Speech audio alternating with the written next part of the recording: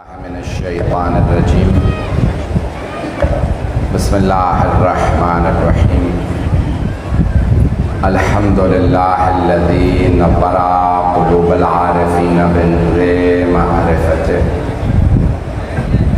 واثبت فؤاد انبیائہ واولیائہ بقصص الانبیاء والمرسلین وأكمل إيمان المسلمين والمؤمنين بولاية علي أمير المؤمنين عليه السلام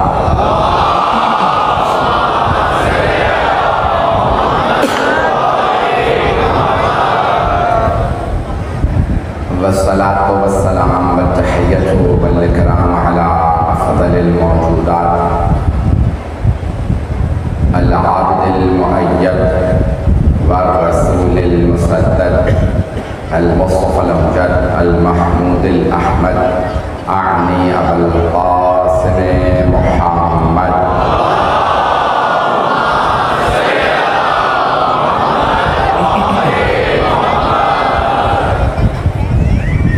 وعلى روحه ونفسه وسحره ووصيه سيد الأتقياء والأصفياء مولا الموالي امام المتقين علي بن ابي طالب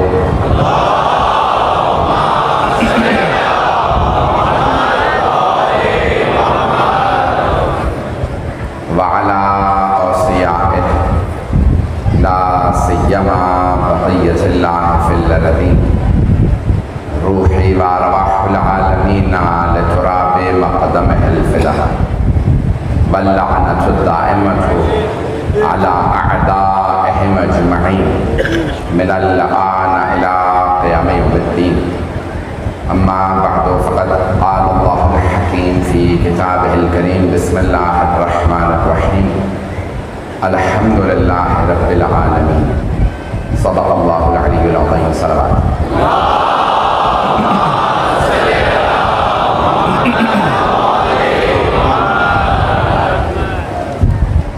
میں نے الکتاب کی عنوان سے تشریح کو شروع کیا ہے اور چاہا یہ کہ قرآن کریم کے سورہ فاتحہ کی تفسیر کو آپ کی خدمت کو بیان کروں۔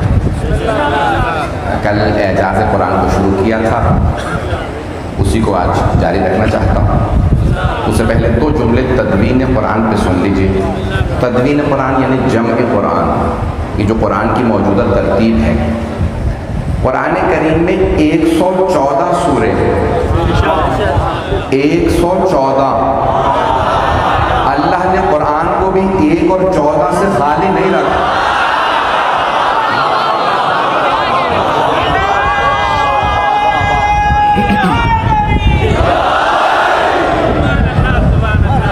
اللہ نے 114 ہی سورے رکھے، 114۔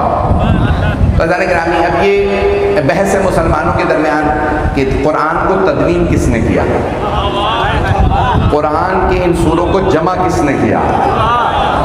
میں بہت تھکے چھپے الفاظ میں پڑھوں گا تاکہ کسی کی دل آزاری نہ ہو، لیکن شیعہ عقیدہ پیش کروں گا۔ خود ہمارے درمیان میں بھی سب متفق نہیں ہیں، لیکن جو ہمارے زیادہ تر علماء کا نظریہ وہ پیش کر رہا ہوں، اور میرا اپنا عقیدہ جو ہے وہ میں پیش کر رہا ہوں۔ سمجھ میں نہ آئے تو اعتراض نہ کیجیے گا، دلیلیں بہت زیادہ ہیں، عشرہ ہے، 100 مجالس نہیں کہ پیش کر سکوں، تفسیر میں جا سکوں تو پیش کر رہا ہوں۔ آج خود بڑی بڑی کتابوں میں، صحیح کتابوں میں موجود ہے کہ رسول خدا کے بعد قرآن کریم جمع کیا گیا، پیغمبر اسلام نے قرآن جمع۔ ہمارا عقیدہ یہ نہیں، میرا عقیدہ یہ ہے کہ خود رسول خدا نے قرآن جمع کیا۔ سارا مجمع نہیں ہے، میں ایسے نہیں چلوں گا۔ تو اب کوشش کی جاتی ہے، جنگ یمامہ ہوئی، 500 حفاظ مارے، مجھے اس کی تفصیل میں نہیں جانا، اور اس کے بعد پھر کسی نے چاہا کہ قرآن جمع کر لیا جائے۔ تو بحث یہ ہے کہ پہلے خلیفہ نے قرآن جمع کیا یا دوسرے نے یا تیسرے خلیفہ نے، زیادہ تر روایات ہیں انہوں نے جمع کیا، لیکن تیسرے خلیفہ نے جمع کیا۔ لیکن یہاں رسول خدا کا کہیں تذکرہ نہیں ہے کہ انہوں نے جمع کیا، نہ اہل بیت علیہ السلام کا تذکرہ ہے، نہ مولا کائنات علیہ السلام کا۔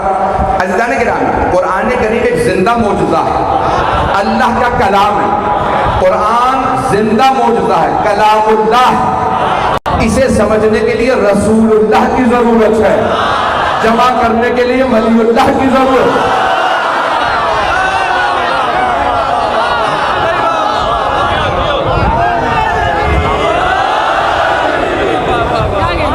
اسی محبت سے سنتے رہیے گا۔ تو عزیزان کرام، یہ قرآن کریم کلام اللہ ہے، رسول اللہ پہ نازل ہوا، ان کے دل پہ نازل ہوا۔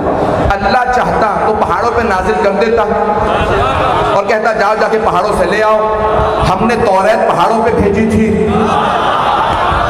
نہیں ہے۔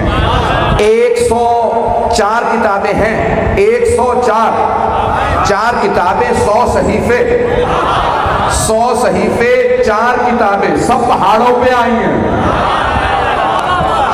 جناب ابراہیم کے صحیفے پہاڑوں پہ آئے، جناب صالح کے صحیفے پہاڑوں پہ، جناب ادریس کے صحیفے پہاڑوں پہ، جناب موسیٰ کی توریت پہاڑ پہ، کوہ طور پہ، جناب عیسیٰ کی کتاب انجیل پہاڑ پہ، جبل سعیر پہ، جناب داؤد پہ زبور آئی فلسطین کے پہاڑ پہ۔ لیکن جب قرآن کی باری آئی، اور اچھا اللہ نے کیا کیا، سارے انبیاء کو بلا بلا کے کتابیں دی۔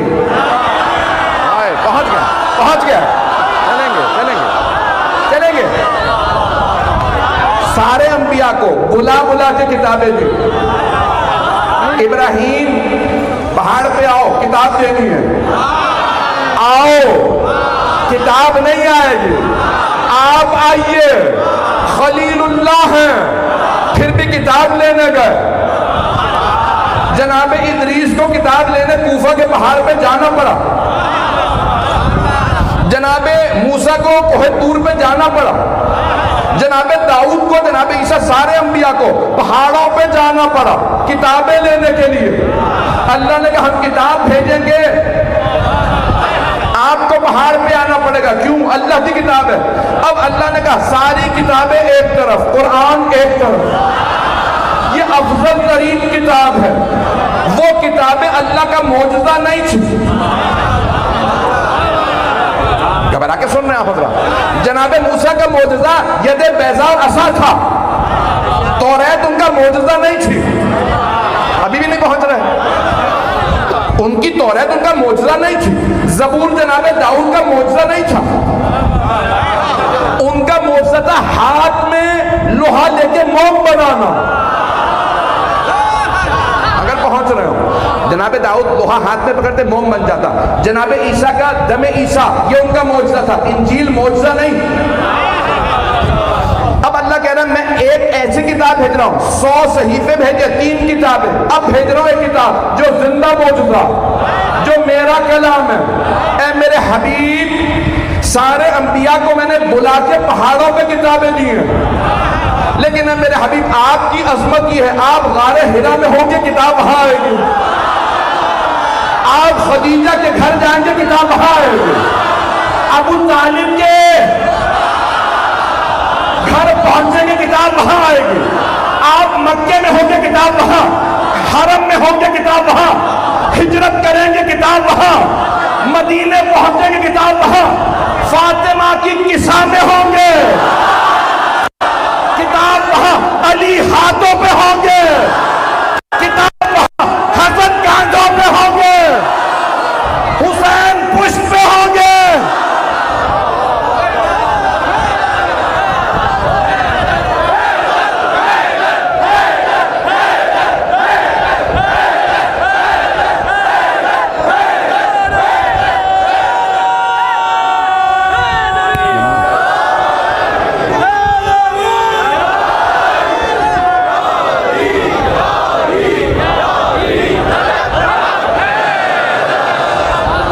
فرما رہے ہیں اللہ فرما رہا ہے بہترین کتاب دے رہا ہوں، میرے حبیب بہترین کتاب دے رہا ہوں، ہر نبی کو کتاب بلا کے دی ہے، آپ جہاں جائیں گے کتاب وہاں آئے گی، آپ جنگ میں ہوں گے کتاب وہاں آئے گی، صلح حدیبیہ میں ہوں گے کتاب وہاں آئے گی، آپ مسجد میں ہوں گے کتاب وہاں، گھر میں ہوں گے کتاب وہاں، جب فتح مکہ ہو جائے وہاں جائیں گے کتاب وہاں، بتوں کو آپ توڑیں یا علی سے؟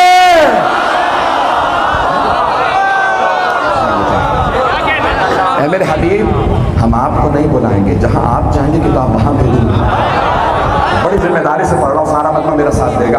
تو اب جہاں جہاں رسول خدا گئے وہاں وہاں کتاب ہے، اور قرآن جیسی کتاب نہیں، جہاں گئے وہاں سورہ، جہاں گئے وہاں آیت، جہاں جہاں پیغمبر گئے وہاں آیت سورہ۔ اللہ نے کہا حبیب آپ جائیے، کتاب وہاں آئے گی، جبرائیل آپ کے پاس آئے گا، آپ چل رہے ہوں وہ خدمت میں آئے گا، آپ کھا رہے ہوں وہ خدمت میں آئے گا، آپ پی رہے ہوں خدمت میں آئے گا، سو رہے ہو وہاں وہی آئے گی، چاہے آپ سوئیں یا بستر پہ ایسا۔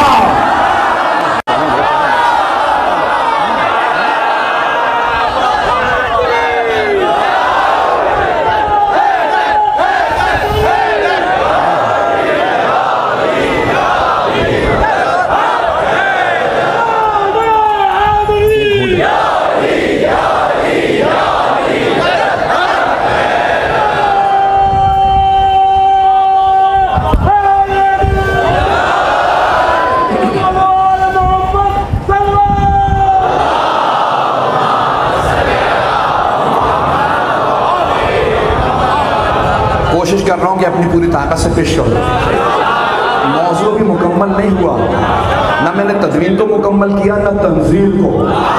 غور سے سنیے گا، میرے سارے مجمع کی درخواست، ہاتھ جوڑ کے درخواست کر رہا ہوں، میری طرف دیکھیے گا، میں نے موضوع مکمل نہیں کیا۔ عزیزان گرامی، اللہ نے حبیب سے فرمایا اے میرے حبیب آپ جہاں جائیں گے کتاب وہاں آئے گی، آپ کو کچھ لینے کے لیے جانا نہیں پڑے گا۔ جب آپ شادیاں بھی کریں گے نا 13 رشتے گھر آئیں گے، نہیں ہے۔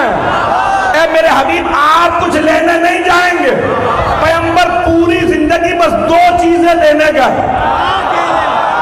جب جناب خدیجہ سے شادی ہوئی تو ان کے گھر گئے، اور جب علی کعبے میں آئے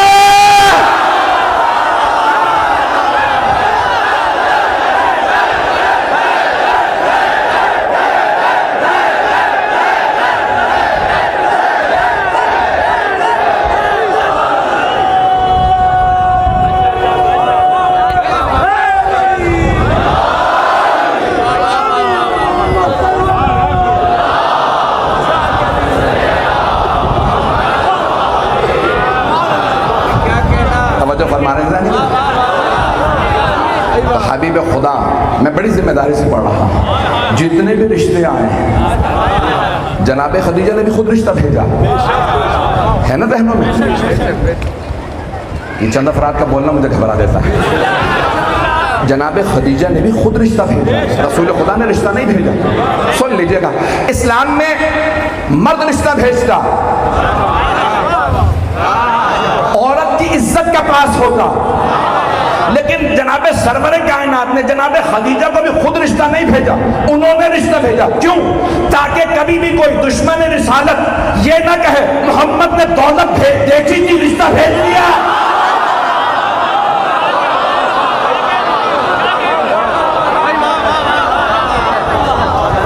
دولت نہیں دیکھی، جناب خدیجہ نے رشتہ بھیجا اور فرمایا تھا میری ساری دولت آپ پہ قربان۔ جب رشتہ آیا تب بھی جناب سرور کائنات نے کہا چچا جان، یہ اس لیے خاموش ہے کہ کس چچا سے پوچھا ہوگا، اور ایک ہی چچا ایسے تھے جن سے رسالت مشورے لیتی تھی،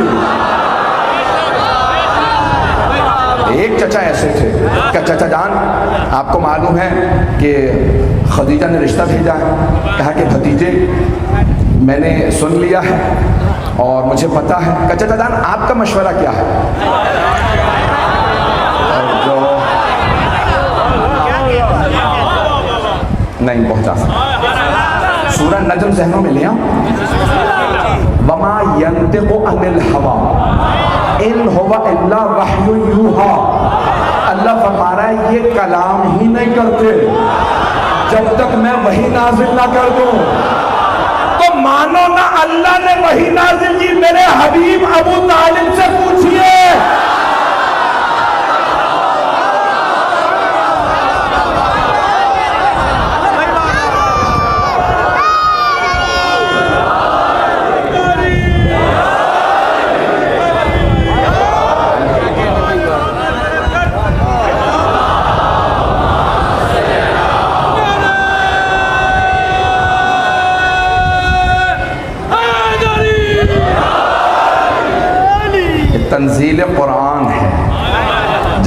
رسول خدا تشریف لے جا رہے ہیں وہاں قرآن آ رہا ہے. تو میں نے صرف اشارے کیے ہیں، کوئی بھی واقعہ آپ کی خدمت میں مکمل نہیں پیش کروں، اشارے کر کے آگے بڑھا. تو رشتہ آنا تھا، جناب ابو طالب سے پوچھا تو آپ نے فرمایا بھتیجے جیسا رشتہ آپ کے لیے ہونا چاہیے یہ رشتہ ویسا ہی ہے. خدیجہ کا شجرہ بھی 4 نسلوں پہلے ہم سے ملتا ہے. نہیں لو شیعہ عقیدہ یہ ہے کہ معصوم کے اجداد جناب آدم تک سب کے سب با ایمان بھی ہوتے ہیں، حلال زادے بھی ہوتے ہیں. عقیدہ یہی، شیعہ عقیدہ یہی. تو جانے نے کہا، آپ نے فرمایا کہ یہ جیسا رسول کی بیوی کو، زوجہ کو ہونا چاہیے یہ رشتہ ویسا ہی. خدیجہ الکبریٰ بہت پاک دامن ہے. بھتیجے پورے مکے میں ان کی پاک دامنی کی لوگ قسم کھاتے ہیں کہ یہ بہت پاک دامن ہے، کسی میں جرت نہیں خدیجہ کا رشتہ مانگنے. اور جتنے رشتے آئے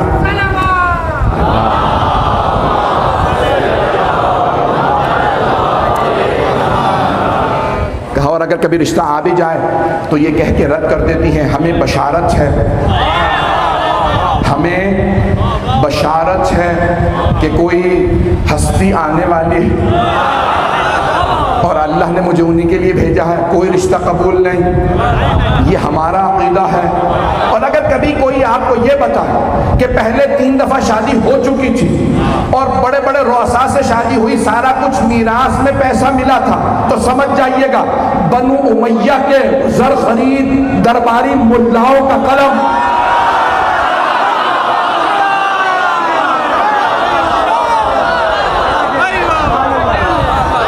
جانے گرامی بہت.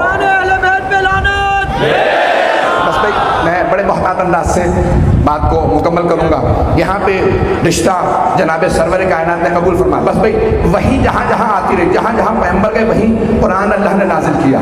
اور رسول خدا نے فرمایا اس پہ پہلے حصے پہ سارے مسلمان متفق ہیں، بلکہ دوسرے حصے پہ بھی متفق ہیں. متفق ہیں، مانے نہ مانے اور بات. تو صحیح مسلم میں الفاظ ہیں، سرور کائنات نے فرمایا انی تارکن فیکم الثقلین، میں چھوڑے جا رہا ہوں تمہارے درمیان 2 گران قدر چیزیں. لفظی ترجمہ کر رہا ہوں بچوں کے لیے خاص طور سے، بزرگ سیکھے سکھلائے بیٹھے. حبیب خدا فرما رہے ہیں، صحیح مسلم میں، شیعہ سنی تمام کتابوں میں ہے، پہلے 250 سال میں 300 سال میں جہاں جہاں آئی ہے انہی الفاظ کے ساتھ حدیث آئی. انی بے شک کہ میں تارکن ترک کر کے جا رہا، چھوڑے جا رہا، بنا نہیں رہا، چھوڑے جا رہا. توجہ ایک ایک لفظ پہ غور کیجیے گا، ترجمہ دوبارہ پیش کر. انی تارکن فیکم، میں چھوڑے جا رہا ہوں تمہارے درمیان. کن سے مخاطب ہیں؟ صحابہ سے، ان کے ذریعے امت سے. پیغمبر کے سامنے کون تھے جب خطاب کر رہے تھے؟ صحابہ کرام تھے. توجہ ہو، صحابہ کرام کا مجمع تھا. پیغمبر فرما رہے تھے انی بے شک کہ میں تارکن چھوڑے جا رہا ہوں فیکم تمہارے درمیان. صحابہ سے کہہ رہے ہیں، نہیں ہے، انی تارکن فیکم الثقلین کتاب اللہ و عترتی اہل بیت. اے میرے صحابہ میں چھوڑے جا رہا ہوں تمہارے درمیان 2 گران قدر چیزیں، اللہ کی کتاب اور اپنی عطرت، اپنے اہل بیت. میں چھوڑے جا رہا ہوں تمہارے درمیان. اب پتہ چلا جن میں چھوڑے جا رہے ہیں وہ اور ہیں، جنہیں چھوڑے جا رہے ہیں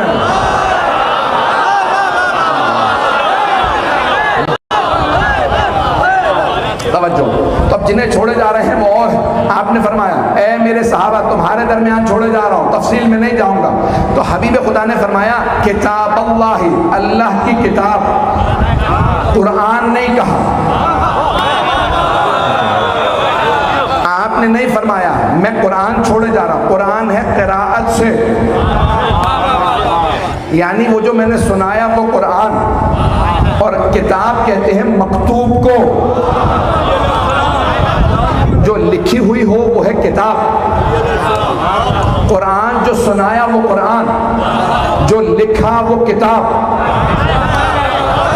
آپ نے نہیں کہا میں قرآن و اہل بیت چھوڑے جا رہا ہوں، کہا اللہ کی کتاب اور اپنی اطرت، اپنے اہل بیت۔ اطرت کہتے ہیں قریبی ترین رشتہ داروں کو، سارے رشتہ دار نہیں، قریبی ترین رشتہ دار۔ اب ہمیں کیا پتا قریبی ترین کون تھے؟ ہمیں امہات المومنین سے پوچھنا پڑے گا، کیونکہ امت کی مائیں ہیں، تو مائیں بتائیں گی۔ او امت والو، ملاؤں کی نہ سننا، ماؤں کی سن لو۔ ماؤں نے بتایا رسول خدا سے سب سے جو قریبی تھے وہ تھے علی و فاطمہ۔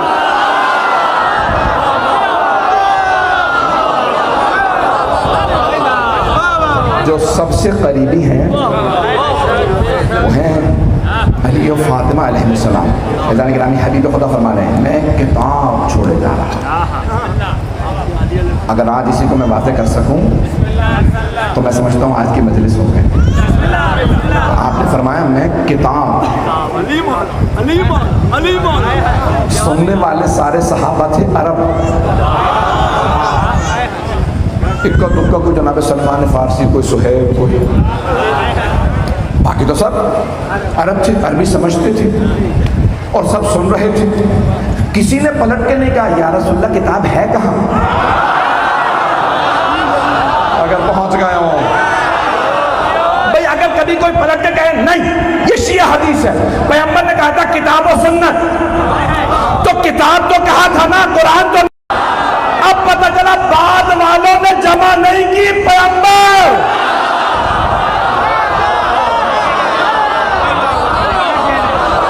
پہنچ گئی سلامت میں؟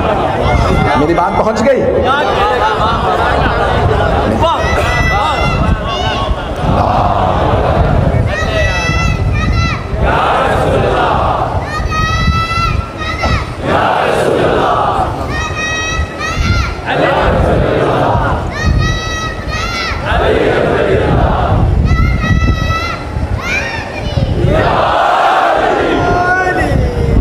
توجہ فرما رہے ہیں سیدھا نہیں گرا؟ تو حبیب خدا نے فرمایا ہے کہ میں کتاب چھوڑے جا رہا۔ کتاب، کتاب۔ جب بھی رسول خدا یا ان کے اہل بیت کو کسی فضیلت سے نکالا جائے، سمجھ لو کہیں کسی کا حق غصب ہو رہا۔ حبیب خدا نے اس میں تو پھنس گیا ہے۔ آپ نے فرمایا میں کتاب چھوڑے جا رہا۔ تدوین قرآن خود سرور کائنات۔ اگر کوئی سوال کرے تو پھر مولا کائنات نے کیوں کہا تھا رسول اسلام کے فوراً بعد کہ چلے جاؤ میرے در پہ نہ آنا، میں قرآن جمع کر رہا ہوں؟ تو شیخ مفید نے لکھا ہے کہ وہ جو قرآن سرور کائنات نے جمع کیا تھا نا، کہا یا علی یہ آپ کے ہاتھ میں، اس کی تفسیر آپ لکھ لیجیے گا۔ تو مولا نے کیا کیا؟ ہر آیت کا شان نزول لکھ دیا، ہر آیت کا، ہر سورہ کا نہیں، جو ہر آیت کا شان نزول لکھا، ہر آیت کا، آیتیں بہت ہیں، بتانا شروع کیا یہ جو سورہ منافقون ہے یہ کن کے لیے آیا؟ سورہ احزاب میں بھاگنے والوں کا تذکرہ، جنگ میں ڈٹنے والوں کا، زکات دینے والوں کا،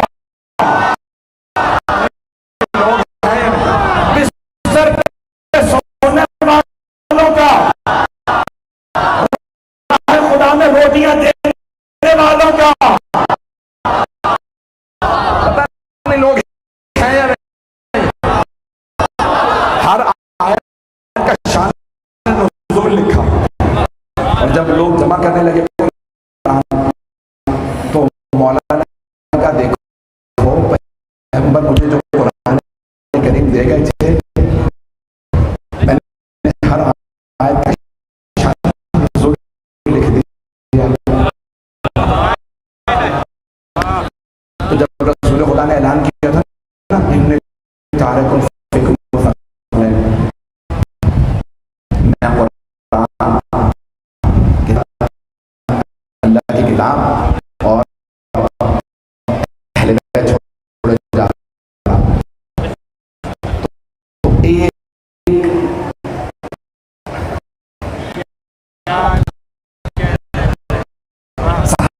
آپ نے کھڑے ہو کے نعرہ دیا کتاب اللہ یا رسول اللہ، ہمیں دونوں چیزیں نہیں چاہیے، ہمیں اللہ کی کتاب کافی، قدرت ضد ہے کہ حق چھوڑنے نہ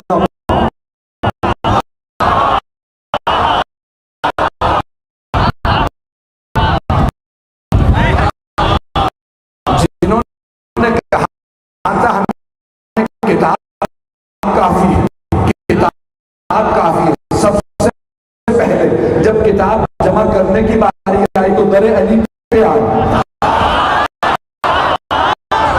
یعنی یہودیوں نے سوال کیا قرآن دکھائیے، مولانا نے تو کہا تھا کتاب کا، اب بدلا کہ اگر آپ کے بغیر تو کتاب نہیں، چونکہ آپ ہمارے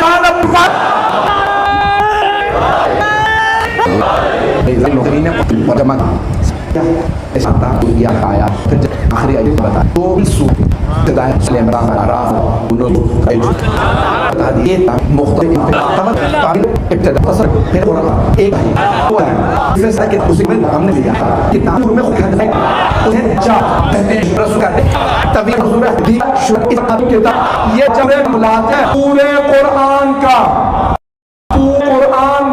خلاصہ فاتحہ میں جب جناب عبداللہ ابن عباس رضی اللہ عنہ نے جو سب سے قابل صحابی حافظ کل قرآن 5000 رسول خدا کی حدیث کے راوی سب سے زیادہ روایات ان سے نقل کی گئی شیعہ سنی کتابوں کے اندر اہل سنت کیا 5000 سے زیادہ روایات حضرت عبداللہ ابن عباس رضی اللہ عنہ سے پیغمبر کے چچا کے بیٹے 16 سال کے تھے جب پیغمبر اس دنیا سے گئے انہوں نے سارے سنے پیغمبر سے سنے جو رہ گئے علی سے سن کے حفظ کیے حافظ کل قرآن 5000 سے زیادہ حدیث کے حافظ مولا کی بارگاہ میں آئے کہا یا علی سورہ فاتحہ کی تفسیر سنا دے مولا نے عشاء کی نماز پڑھائی تھی عباس سمیٹی وہی بیٹھ گئے کہا یبن عباس اے عباس کے بیٹے باپ کی نسبت دے کے تب بلایا جاتا ہے بیٹے کو جب باپ قابل فخر ہو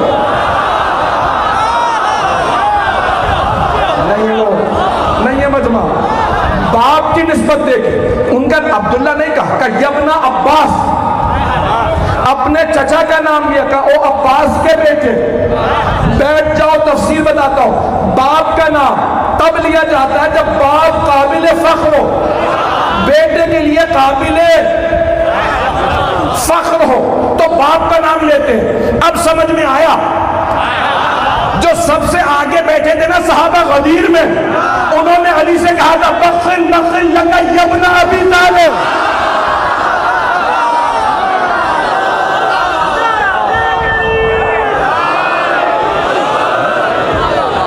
انہوں نے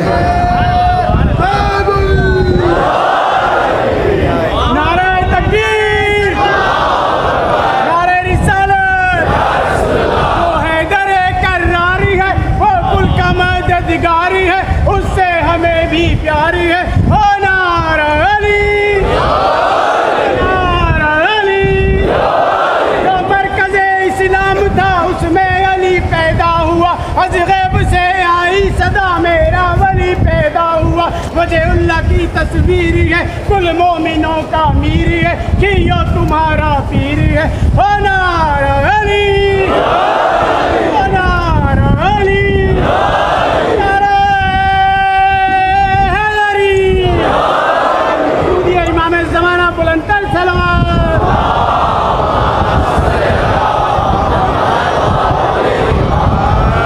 موضوع مکمل کرنا چاہتا ہوں جناب امیر نے کہا یبن عباس اے عباس کے بیٹے تشریف رکھیے میں آپ کو تفسیر بیان کر رہا ہوں کب بیٹھے عشاء کی نماز کے بعد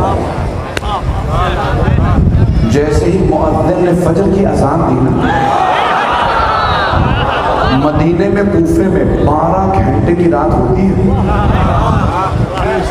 12 مولا 12 گھنٹے تفسیر بیان کرتے رہے جیسے ہی مؤذن نے اذان دی فجر کی، مولا کھڑے ہوئے، ابا کو جھاڑا، کہا یا ابن عباس وقت کم تھا، بیان زیادہ تھا، تفسیر مکمل نہ ہو سکی، مجھے فجر پڑھانے دے۔ تو جناب عبداللہ بن عباس نے ہاتھ باندھے کھڑے ہو گئے، کہا مولا پوری رات آپ بیان کرتے رہے، میں سنتا رہا، جہاں جہاں موقع ملا میں دیکھتا رہا، یا علی آپ تو فاتحہ کی بے سے آگے نہیں بڑھے۔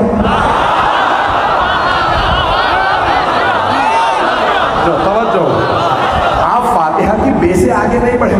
میں نے کہا تھا سورہ فاتحہ کی تفسیر بیان کیجیے، جو پوری رات آپ نے بیان کیا ہے وہ تو بائے بسم اللہ کی تفسیر ہے۔ مولا نے مسکرا کے دیکھا، کہا عباس کے بیٹے، جو کچھ دنیا میں علوم ہیں وہ اللہ نے قرآن میں خلاصہ کر دیا، جو کچھ قرآن میں ہے وہ فاتحہ میں خلاصہ کر دیا، جو کچھ فاتحہ میں ہے وہ اس کی بسم اللہ میں ہے، جو کچھ بسم اللہ میں ہے وہ بائے بسم اللہ میں ہے، اور جو کچھ بائے بسم اللہ میں ہے وہ اس کے نقطے تلے ہے۔ وَأَنَا النُّقْطَةُ الَّتِي تَحْتَ الْبَاءِ، اور وہ جو بائے بسم اللہ کے نیچے نقطہ ہے وہ میں علی ہوں، یعنی جتنے علوم ہیں مجھ میں ہیں۔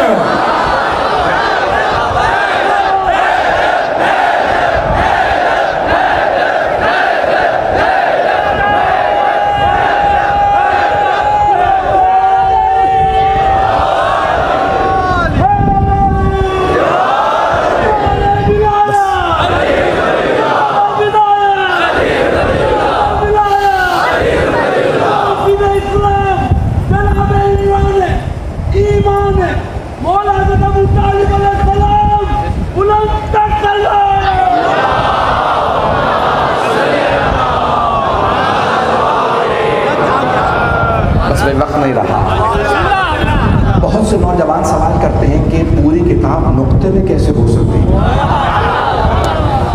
پوری کتاب نقطے میں، آپ نے دیکھا تھا کہ سی ڈی کا دور آیا تھا، سی ڈی روم ہوتی تھی، تو میں قرآن مقدس گیا، میں نے ایک سی ڈی لی، میں نے ان سے پوچھا کتنی کتابیں اس میں، کہا کہ 2000 سے زیادہ،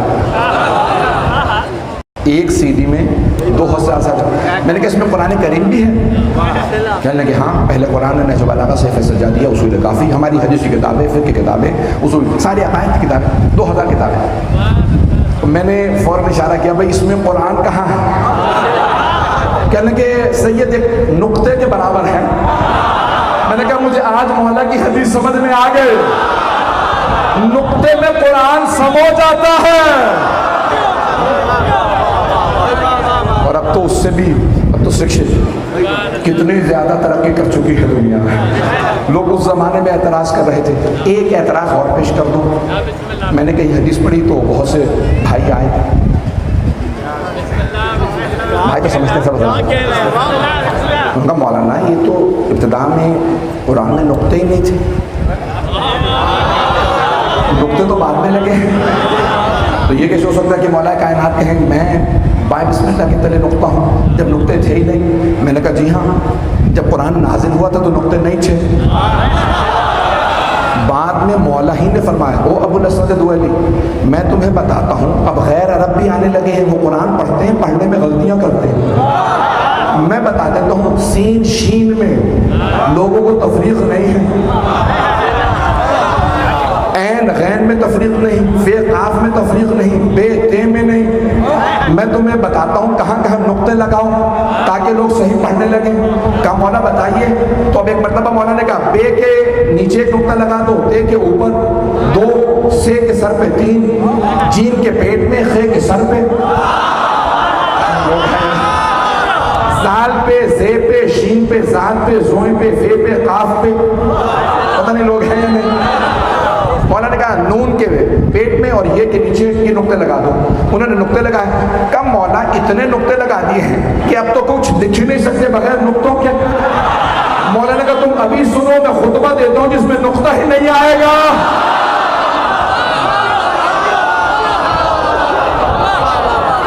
یہ نقطے بھی، بس وقت ختم ہو گیا، کیا کروں، تفسیر میں نہیں جا سکتا، تو یہ نقطے جناب امیر نے لگائے، بسم اللہ کی تفسیر کو بیان کیا، حدیث کو مکمل کر دوں اور کل انشاءاللہ جاری رکھوں گا۔ اب جہاں بیٹھنے کی جگہ نہیں ہے، بہت سے حضرات کھڑے رہتے ہیں، بہت سے کوشش کرتے رہتے ہیں اندر آتے رہیں۔ انتظامات جتنے ہو سکتے ہیں میرے بھائیوں نے کیے ہیں، انتظامیہ انشاءاللہ تعالیٰ بہتر انداز سے سڑکوں پہ جو مومنین کھڑے ہیں، خاص طور سے وہ میری بہنیں جو بچوں کے ساتھ آئی ہیں، ان کے لیے ضرور بیٹھنے کا انتظام کریں۔ آخری جملے پیش کر رہا ہوں۔ تو جناب مولا کائنات نے فرمایا، یہ ابن عباس کا مولا جو کچھ آپ نے بیان کیا بائے بسم اللہ کا، با سے آگے نہیں بڑھے، تو آپ نے فرمایا سب کچھ با میں ہے۔ کا مولا پوری فاتحہ کی تفسیر اگر بیان کریں تو کتنا وقت چاہیے؟ مولا نے کہا یبن عباس، وہ عباس کے بیٹے، اگر علی بیان کرے اور سب لوگ لکھیں تو جو کچھ میں کہوں فاتحہ کی تفسیر میں تو 70,000 اونٹوں پہ کاغذ لادے جائیں گے، پھر بھی میری تفسیر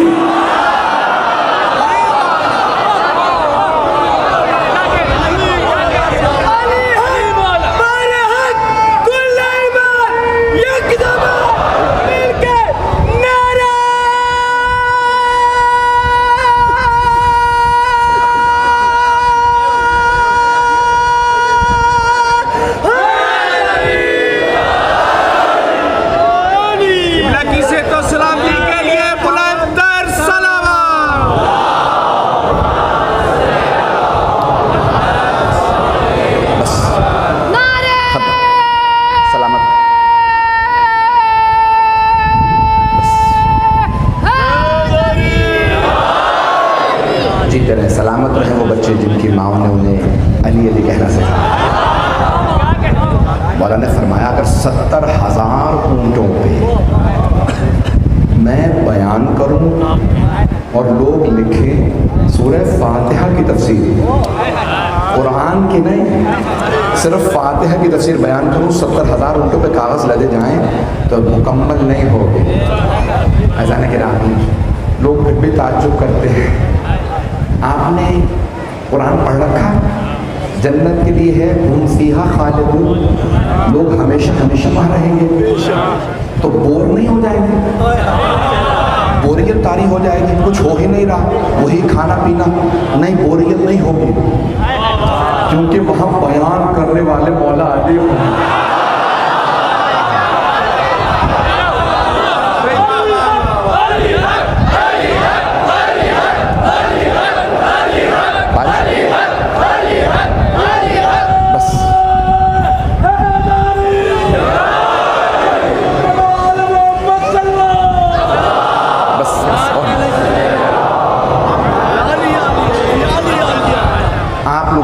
محبت سے میرے ٹوٹے پھوٹے الفاظ کو قبول فرمائیں، میں بے حد ممنون ہوں آپ کی محبت میں۔ جناب مولا کائنات آپ کو سلامت رکھے، عزاداروں کو سلامت رکھیں، آپ کی محبتوں کا ممنون ہوں، آپ کی دعاؤں کا ممنون ہوں۔ بارش کے چند قطرے بھی آ رہے ہوں تو رحمت ہے، دعائیں قبول ہیں۔ بس بھائی وقت مختصر ہوتا ہے، میں پورا احساس رکھتا ہوں کہ بیٹھنے کی بھی گنجائش نہیں، لوگ پہلو بھی بدل نہیں سکتے، کہ جتنی گنجائش بعض لوگوں کو دیکھ رہا ہوں بہت دیر سے کھڑے، آئیں ذرا چند جملے مصائب کے۔ 2 محرم ہے اور دنیا میں رسم ہے، جناب امیر کی بیٹیوں کی مدینے سے رخصتی کے مصائب پڑھے جاتے ہیں۔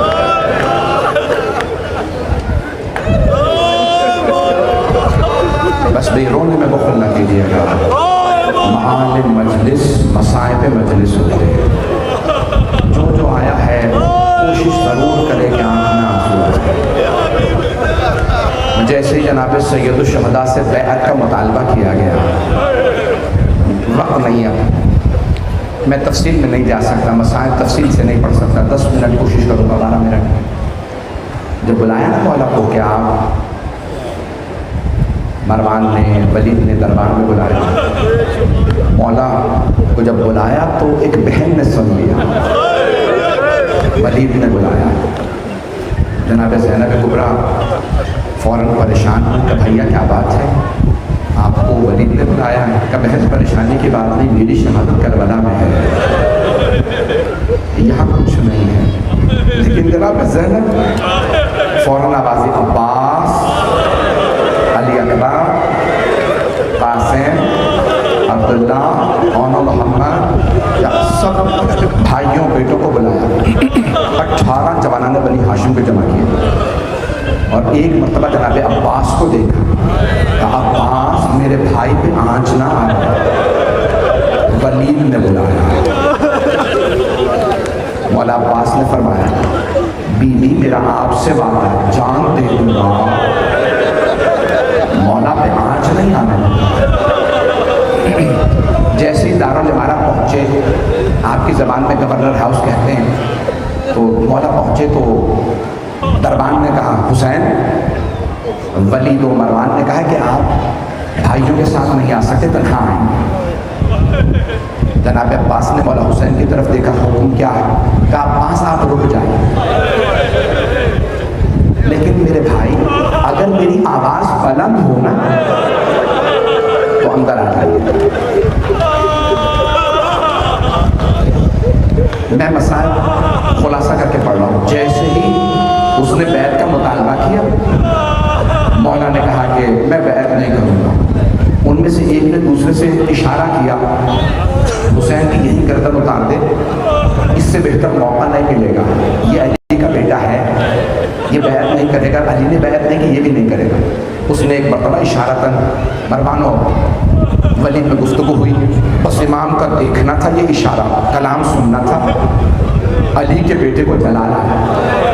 اور پہلی مرتبہ امام نے ایک آدمی کو اس کے باپ نے ماں کے نام سے بلایا، کہ یبن سرکار انت تقتلنی ام ہوا، کیا تو میرا قتل کرے گا یا وہ؟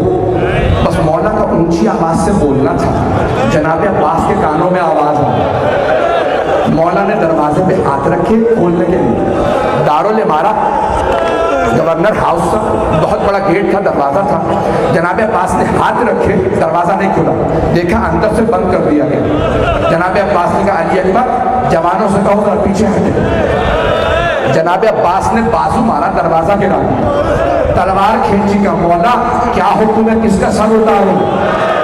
مولا نے کہا عباس میرے جد رسول خدا کا شہر، میں نہیں چاہتا یہاں میری وجہ سے خون بہایا تھا، آپ تلوار رکھ دیجئے، میں کہوں گا اے مولا عباس۔ مولا حسین کی آواز بلند ہوئی، آپ نے دروازہ گرا دیا۔ مولا جب عصر میں عاشور کو مولا آواز دے دے کے کہہ رہے ہیں حل من ناصر ینصرنا،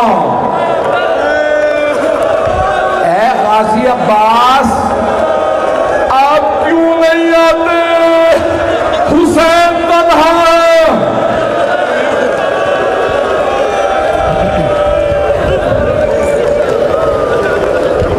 اجرکم اللہ، اجرکم اللہ۔ 5 سے 10 منٹ کی زحمت ہوئی۔ مولا حسین علیہ السلام نے فرمایا عباس واپس چلے، گھر آ جا۔ عباس یہ فہرست ہے، آپ سب کو بتا دیجئے کس کس کا نام فہرست میں ہے کربلا جانے والا۔ جناب عباس کو فہرست ملی، آپ نے نام بتانا شروع کیا۔ اگر دیکھ سکے سب یہ تو دیکھیے گا۔ مولا عباس نے کہا بی بی آپ کا نام بھی ہے، جناب زینب سے، جناب ام کلثوم کی خدمت میں کہا بی بی آپ کا نام بھی ہے۔ ایک ایک کر کے بیویوں کو بتانا شروع کیا، پھر بچیوں کی باری آئی تو ایک مرتبہ فرمایا، جناب فاطمہ کبریٰ سے کہا بی بی آپ کا نام بھی ہے، پھر جناب سکینہ کو دیکھا بی بی آپ کا نام بھی ہے، ایک اور بیٹی بھی ہے، نام فاطمہ صغریٰ ہے۔ انہوں نے خود ہی سوال کیا چچا جان کیا میرا نام ہے؟ کہا بی بی آپ کے بابا نے جو نام دی ہے اس فہرست میں آپ کا نام نہیں ہے۔ جناب فاطمہ صغریٰ رونے لگی، بابا کے پاس ہے، کہا بابا چچا کہتے ہیں میرا نام نہیں ہے۔ کربلا جانے والوں میں کہا بیٹی آپ بیمار ہیں اس لیے آپ کا نام نہیں ہے۔ جانتے بیوی نے کیا فرمایا؟ کہا بابا مجھ سے قسم لے لیجیے میں پورے راستے کبھی شکوہ نہیں کروں کہ میں بیمار ہوں، بابا میں جی نہیں سکتی، بابا میں آپ کے ساتھ جاؤں گی۔ آپ جانتے ہیں نا اگر کوئی بچی بیمار ہو، باپ کو اس سے بڑی محبت ہو اور وہ رو کے کہے مجھے آپ کے ساتھ جانا ہے، باپ کے دل پہ کیا بیت رہی ہوگی۔ بس مولا نے ایک مرتبہ کہا کبھی بھی آپ نہیں جا سکتے، بس بھائی تفصیل کا وقت نہیں، سنیں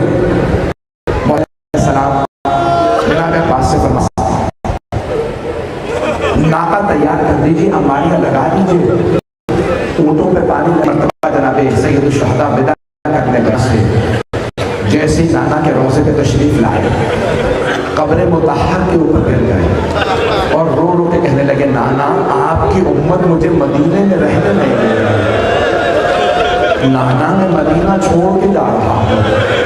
الوقائع والحوادث میں موجود ہے کہ اتنا گریہ کیا مولا حسین نے کہ گریہ کرتے کرتے بے ہوش ہو گئے۔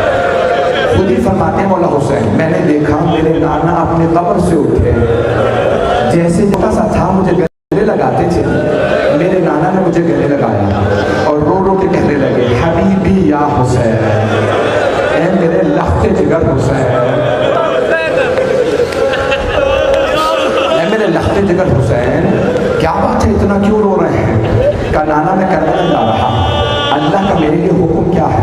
کہا ان اللہ شاء ان یراک قتیلا، مشیت تو یہی ہے کہ آپ کی شہادت ہوگی۔ کہا نانا میں سب کچھ دے دوں گا، نانا بس مجھے اتنا بتا دیجئے میری بہنوں کے لیے کیا ہوگا؟ اور حق خدا کہا ان اللہ شاء ان یراہن سبایا، مشیت تو یہ ہے آپ کی بہنوں کو قیدی بنایا جائے۔ بس یہ سننا تھا تو جناب سید الشہداء نے فرمایا نانا میں علی اکبر کی جوانی دے دوں گا، میں علی اصغر کا بچپنا دے دوں گا، عباس کا سراپا دے دوں گا، قاسم نانا میں اپنی جان دے دوں گا، میری بہنوں کی چادریں چھلے۔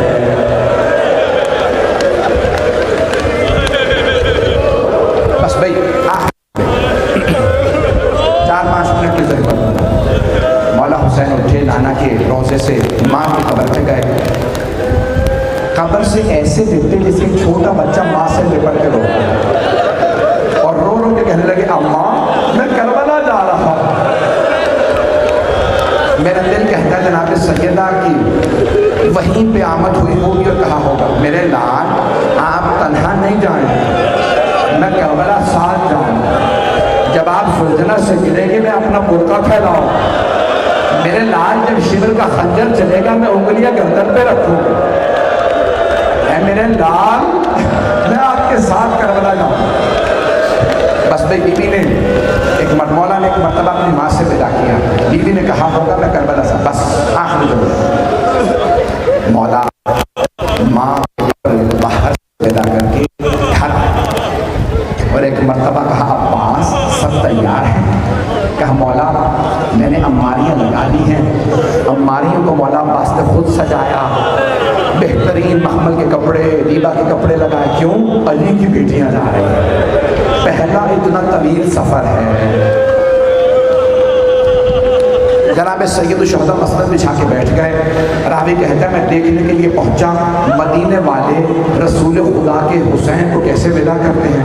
کہا میں بیٹھا تھا کہ ایک مرتبہ اندر سے کنیز آواز دیتی کہ کون سی بی بی آ رہی ہیں، جناب عباس فوراً جوان کو آواز دیتے، کنیز نے آواز دی کہ حسن مجتبیٰ کی بیوہ آ رہی ہے، مولا عباس نے آواز دی قاسم ماں کا بازو پکڑو، اونٹنی کو بٹھا بھی دیا جائے نا پھر بھی سہارا دے کے بٹھانا پڑتا ہے۔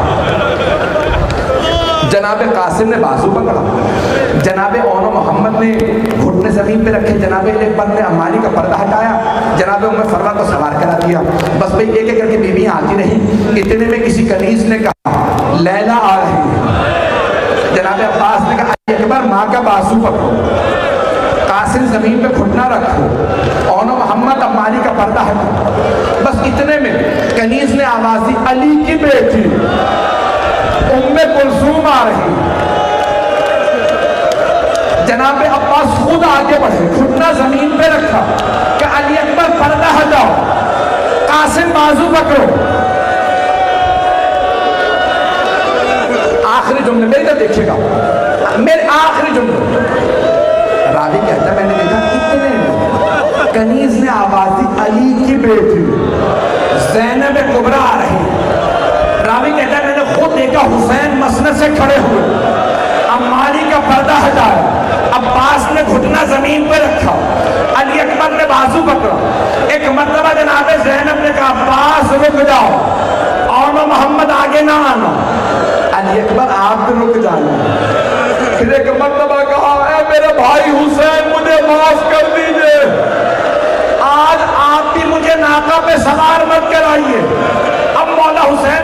لے گیا. بہن پھر کون سوار کرائے؟ کہ بھیا جو 11 محرم کو مقتل میں لاشوں کے درمیان مجھے ناکہ پہ سوار کرائے گا، اسے بلائیے وہ مجھے سوار کرائے. میرے مولا حسین نے آوازی میرا عابد بیٹا او سید سجاد پھپھی کو سوار کرائیے.